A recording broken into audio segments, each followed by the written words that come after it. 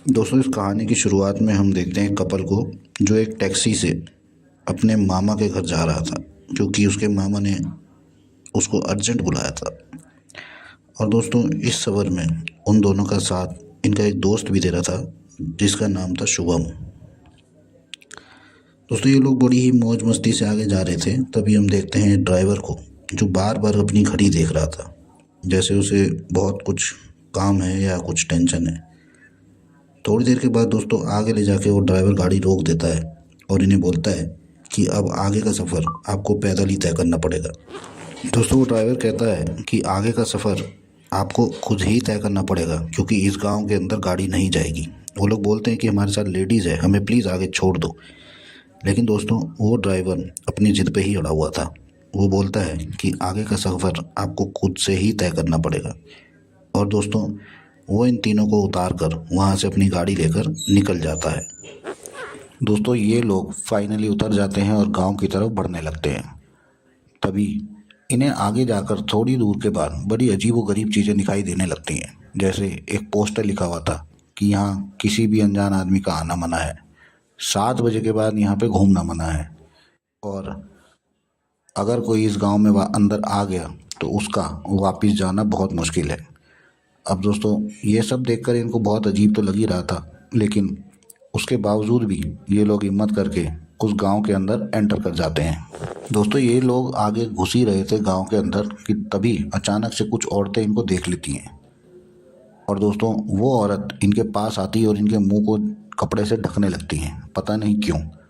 तभी थोड़ी देर के बाद हम देखते हैं दोस्तों, वहाँ पर एक आता है ऑटो, और वो औरतें उनको जल्दी से ऑटो में बैठा देती हैं और एक औरत उस ऑटो को चला रही होती है। अब ये इनको कहाँ लेके जा रही होती है इनको भी नहीं पता, लेकिन वो औरत ऑटो ऐसे चला रही थी जैसे मानो कुछ बहुत ही गलत होने वाला है। वो इतनी स्पीड में चल रही थी कि कुछ पूछो ही मत। दोस्तों, थोड़ी देर के बाद वो औरत एक सुनसान से रास्ते पर इनको ले जाती है और इनको उतरने को बोलती है। और सामने ही दोस्तों इनकी मामी का घर होता है। ये लोग उसको धन्यवाद करते हैं, उसको पैसे देते हैं, लेकिन वो औरत बिल्कुल भी पैसे नहीं लेती है और इन्हें बोलती है कि जल्दी से अपने घर में घुस जाओ।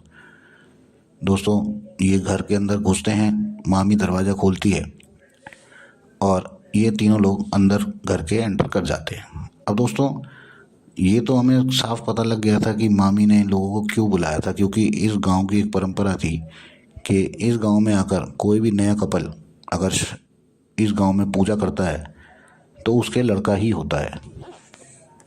दोस्तों, इसी चक्कर में मामी ने इनको बुलाया था। दोस्तों, घर के अंदर एंटर करने के बाद वो पूछते हैं कि मामा कहाँ हैं। तो मामी बोलती है कि वो किसी दूसरे गांव में गए किसी काम से, 1 हफ्ते बाद ही लौटेंगे। अब तुम लोग आराम कर लो, रात बहुत हो चुकी है और रात को यहीं पर सो जाना, क्योंकि रात को निकलना सेफ नहीं है। तभी दोस्तों सीन कट होता है यहाँ से और हमें दूसरी जगह का सीन दिखाया जाता है, उसी गांव का, जिसमें एक आदमी अपने घर से बाहर निकलता है। और वो जैसे ही बाहर निकलता है दोस्तों, तो उसका सामना एक गुब्बारे वाली चुड़ैल से हो जाता है। दोस्तों, इस औरत के हाथ में इतने सारे गुब्बारे थे, लेकिन ये गुब्बारे हर आदमी के कटे हुए सर के थे। अब वो उसको देख के भागता है, लेकिन तभी वो गुब्बारे वाली चुड़ैल उसका भी सर काट के गुब्बारा बना देती है। दोस्तों, यहाँ से कहानी शिफ्ट होती है और हम देखते हैं अंजलि को, जो पिछली रात किसी सपने को देख रही थी और उसे बड़ी अजीब सी आवाज़ें आ रही थी। तब वो अचानक उठ जाती है और मामी उसके पास होती है, तो वो बोलती है कि ये शायद तुम्हारा कोई बुरा सपना होगा, और वो वापस से दोबारा सो जाती है। अब दोस्तों, तभी हम देखते हैं अगली सुबह, जहाँ राघव और उसका दोस्त दोनों बाहर जाते हैं चाय पीने के लिए। दोस्तों, वो चाय की ठेली पर चाय पी रहे थे और राघव को उसका दोस्त बोलता है कि तुम्हें कुछ अजीब सा नहीं लग रहा? यहाँ पर कोई भी आदमी नहीं है, हर काम में औरतें ही नज़र आ रही हैं। और दोस्तों, मज़े की बात ये कि वो सारी गांव की औरतें इन दोनों को ऐसे घूर रही थी जैसे उन्होंने कोई आदमी पहले देखा ही नहीं। यह सब देखकर राघव का दोस्त को बड़ा अजीब लग रहा था और वो उसको बोलता है कि यहाँ से भागो। अब जैसे ही वो भाग ही रहे थे दोस्तों, तभी उनके सामने एक पागल औरत आ जाती है और वो उन्हें बोलती है कि तुम दोनों आज ही मरोगे, हर हालत में आज दोनों की तुम्हारी मौत लिखी ही है। दोस्तों, जैसे तैसे ये दोनों वहाँ से बचकर भाग निकलते हैं और सीधा अपने घर जाकर रुकते हैं। दोस्तों अगले सीन में हमें दिखाया जाता है कि जब ये दोनों घर पहुंच गए थे तब राघव का दोस्त संतोष और उसकी बीवी सब कमरे में ही थे, लेकिन राघव के दोस्त को एक मामी के घर में एक कमरे से बड़ी अजीबोगरीब आवाज़ें आ रही थी।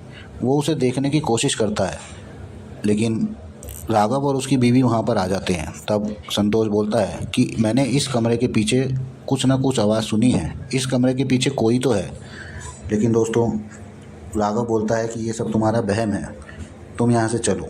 और ये तीनों लोग पूजा करने के लिए जल्दी से वहाँ से निकलना चाहते हैं, क्योंकि जितनी जल्दी ये वहाँ से निकलेंगे शाम होते ही ये अपने घर पर टाइम पे पहुँच सकते हैं। दोस्तों ये मंदिर जाने की तैयारी कर ही रहे थे कि तभी मामी घर में आ जाती है। उन्हें बोलती है कि आज का मुहूर्त पूजा के लिए ठीक नहीं है, क्योंकि पंडित जी ने बोला है कि आज के दिन पूजा नहीं हो सकती, मुहूर्त अच्छा नहीं है। तब दोस्तों इसका मतलब अब इन्हें एक दिन और इस घर में रुकना पड़ेगा।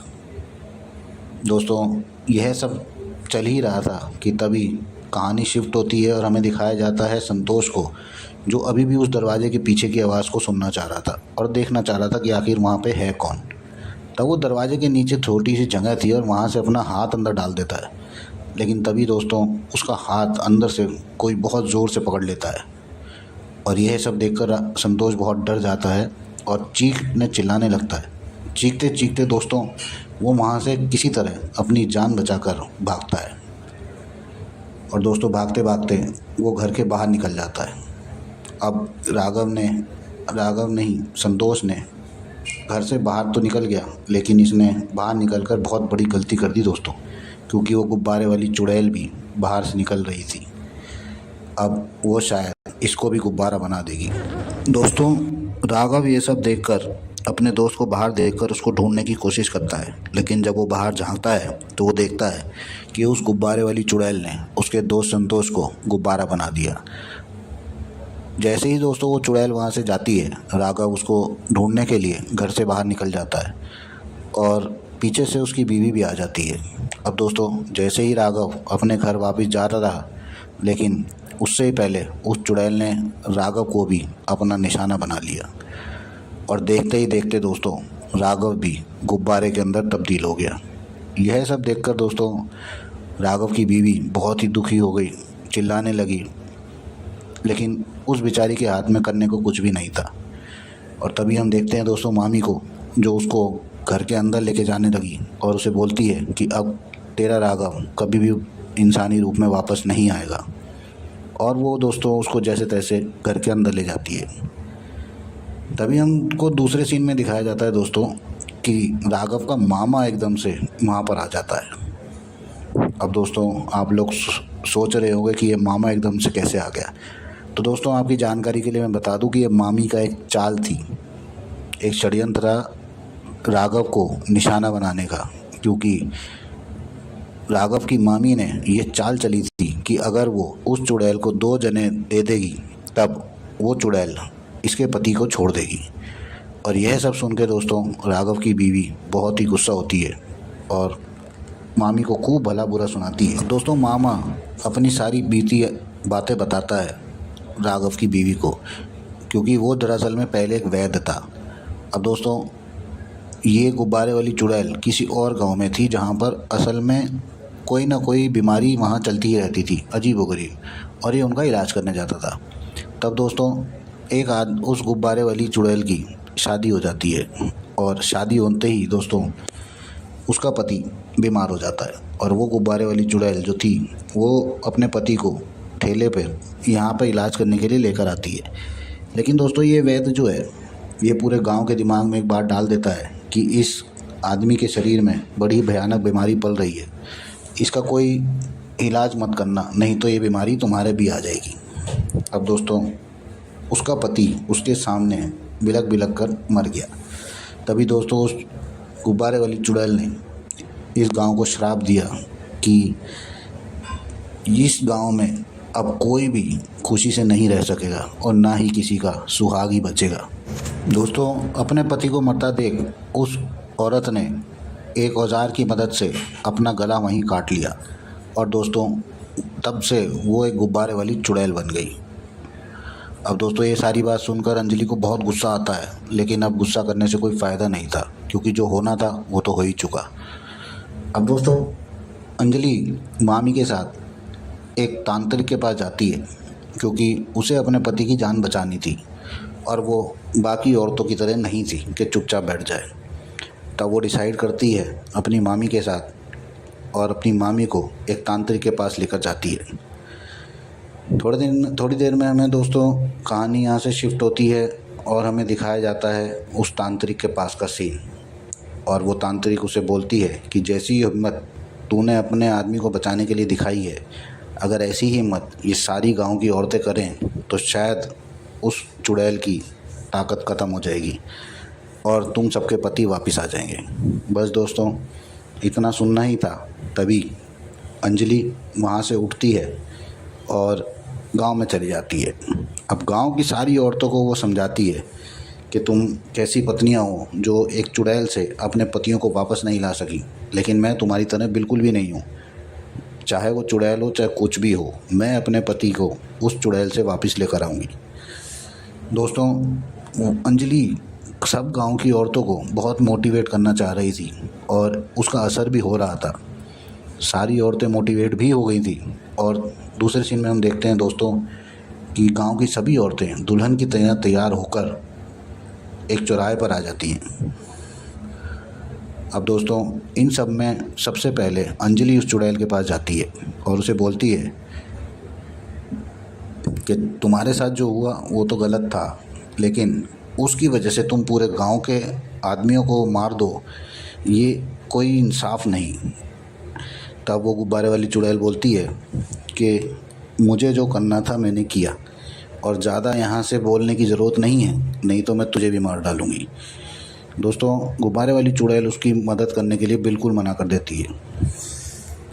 तभी हम देखते हैं धीरे धीरे दोस्तों सारी की सारी गांव की औरतें वहाँ पर आने लगती हैं और उस चुड़ैल के पास बढ़ने लगती हैं। अब दोस्तों इन सारी औरतों को देखकर चुड़ैल की शक्तियाँ कमज़ोर होने लगती हैं और दोस्तों देखते ही देखते वो वहाँ से गायब हो जाती है। चुड़ैल के गायब होने के साथ साथ ही दोस्तों इन सभी औरतों के पति गुब्बारे से कन्वर्ट होकर वापस इंसान बन जाते हैं और दोस्तों गांव पूरी तरह नॉर्मल हो जाता है। और ये सब हुआ तो सिर्फ अंजलि की वजह से, क्योंकि उसने अपनी हिम्मत दिखाई। दोस्तों कहानी पसंद आई हो तो वीडियो को लाइक ज़रूर करना, चैनल को सब्सक्राइब ज़रूर करना, ताकि मैं आपके लिए और ऐसी वीडियो ला सकूं।